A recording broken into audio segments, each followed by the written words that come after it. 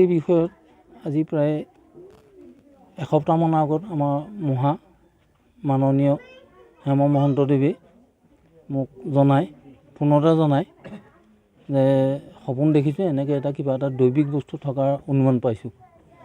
এজন ভকত আহি তেখেতক সেই সপোনৰ কথাটো জনাইছে। সেই জনোৱাৰ কাৰণে আমাৰ ঘৰুৱা সম্বন্ধ আছে, মোৰ হয়। গতিকে তেখেতক এজন পিতৃতুল্য ব্যক্তি, তেখেতৰ কথাটো সাৰোগত কৰি তেখেতে 2-3দিনমান ফোন কৰিলে, মই আহিব পৰা নাই। তেখেতৰ কথাটো সাৰোগত কৰি আহি স্থানীয় আমাৰ গাঁওবুঢ়াৰ লগতো আলোচনা কৰোঁ, আৰু গাঁওবুঢ়াক অৱশ্যে জনাইছিলে আগতীয়াকৈ। গাঁওবুঢ়াই মানুহখিনি গোটাই পিটাই তাৰমানে খনাৰ এটা ব্যৱস্থা কৰে।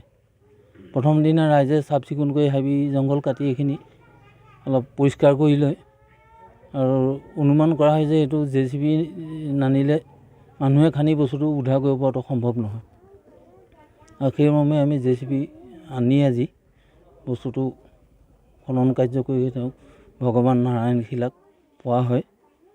আৰু যিহেতু আমি হিন্দু সনাতনী মানুহ, আমি বৈদিক পন্থাত চলা মানুহখিনিয়ে এনে বস্তুবোৰৰ ওপৰত আমাৰ আস্থা আৰু শ্ৰদ্ধা ভক্তি আছে। গতিকে ইয়াৰ স্থানীয় ৰাইজে বিষয়টোত সহযোগিতা কৰিছে, আৰু এতিয়া এই নামঘৰতে বস্তু কিভাগ থাকিব, পৰৱৰ্তী ৰাইজে বিবেচনা কৰি কাক কেনেকৈ ক'ত থ'লে ভাল হয় তেখেতসকলে সিদ্ধান্ত ল'ব।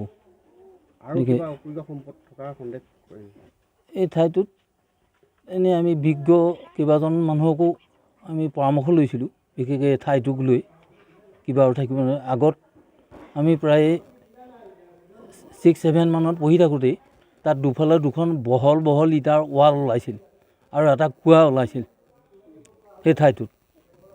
সেই য'ত এতিয়া আমি বস্তুভাগ পাইছোঁ তাৰ আশে পাশে দুখন ৱাল, দুটা চাইডে দুখন ৱালৰ এটা কুঁৱা আছিল।